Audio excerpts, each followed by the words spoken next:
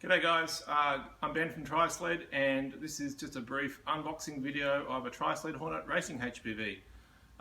This is how your Hornet comes to you when you order one, and your fairing comes as a separate flat pack kit with instructions on how to glue all that together. We hand it over at this point for a few reasons, so to make the price better for you guys, but also so that you guys have a better understanding of how the vehicle works before you cover it all up with your fairing to go to your training or your first race. It also helps to know how the fairing goes together to be able to repair it again after you've had some bingles or little touches or barriers or whatever at your first race. The more people understand it, the better it is for you to keep it serviceable. So I just want to go through a few things about Hornet, which some people in handovers have found confusing and maybe just don't understand where we're coming from and the way Hornet has evolved. And just go through those in detail so that you understand the bike a bit better and know how to put it into action. First thing when your Hornet arrives, just to get yourself familiar with it, the hatch and the bungees and the overhead protection, make sure that they are all working and the bungees locked down. Familiarise yourself with the seat belt. You can see pretty simple 4-point harness, but also make yourself aware of these buckles here so that you can actually tension them up. What you'll find with Hornet is because the seat stays more in the one, or the rider stays more in the one place in the seat, you won't be playing with the seat belt as much as you would have when you were using lots of seat padding. So it just means once you set it for the first few riders, maybe do it in the classroom or whatever before you go out to training, you'll find that it'll be less of a problem. Make sure everyone's familiar with the seat belt and they don't do it up too tight so the next person can't get in, but they're not all swimming in it either. The other really important thing is one of the exciting features of Hornet is the index crank boom, which has a lever here and an adjuster here, so you just squeeze the lever and then move the cranks where they want to go for length.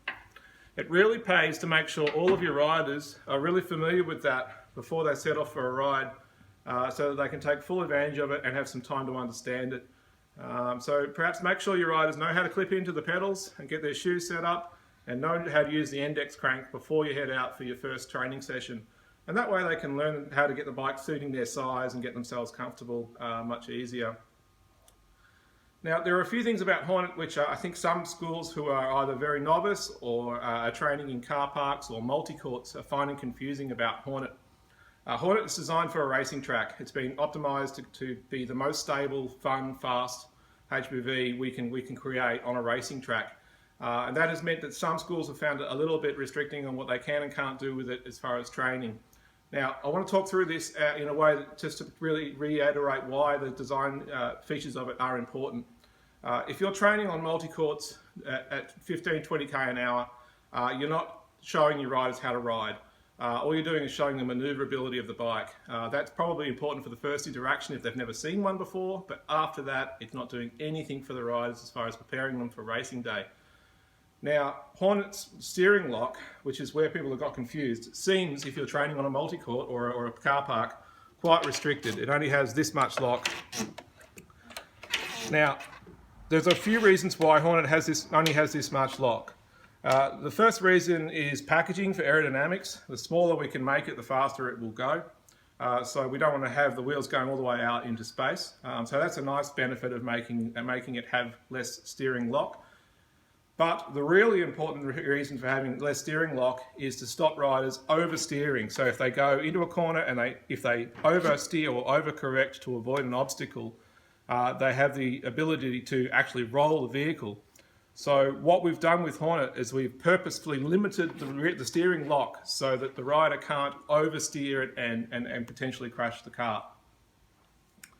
So when you're setting up to go riding Hornet, you need to find a track which has nice flowing corners so the riders can get a little bit of speed up and they can actually feel it. And when you map out a course like that, you'll find the steering lock is more than adequate. It meets all of the national races regulations for steering for turning circle, but not much more than. Very important to have not much more than that so that we can take advantage of both the stability, safety and the aerodynamics of the steering like this. Now I'm going to get Beck just to come in and I'm going to show you some of the clearances that people have found confusing here. If I just get you to come down in here, just so that you know what's normal. So the steering, you can see that they get very close to the steering linkage and the seat. That is the ultimate extent. You'll also see that the steering gets very close to the the fairing upright or the roll frame upright. Again, that's completely normal. And that's actually far more lock than the cart will have once your fairing is on it and actually up and running. You actually only need about that. So this will be the functional lock when the cart is actually running and ready to race. So it's also, people have also noticed how close the brake caliper gets. In fact, it actually makes, as I touch that full lock, to the fairing mount. That is completely normal, and like I said, you'll only notice it when you are actually trying to ride it around a car park or in tight spots. Once you've got your fairing on and the vehicle is set up ready to ride for racing, you'll only need about this and have about this much steering lock. And again, that's important. Limiting steering lock affects how much oversteer riders have and actually helps with their safety. The other thing to keep in mind about Hornet being a racing HPV is just be mindful of speed humps and spoon gutters and things like that. Hornet has loads of strength underneath. Maybe I'll just get back to have a look. You can see it's got a really strong roller block there. But then if I just bring it down, you can see just how close that goes to the ground. It's designed so it'll tolerate the odd bottom out every now and then. But it's not designed to really smash that. So just make sure that your course has clearance for that. I think that about wraps it up. Feel free to drop in the comments any other questions you have. We'll make further videos until anybody has anything they don't know about it. There's loads of information on the fairing and the kit that comes with the bike explaining how to put the fairing together, so maybe check that out as well. We'll probably do another video next month or so going through this a bit further.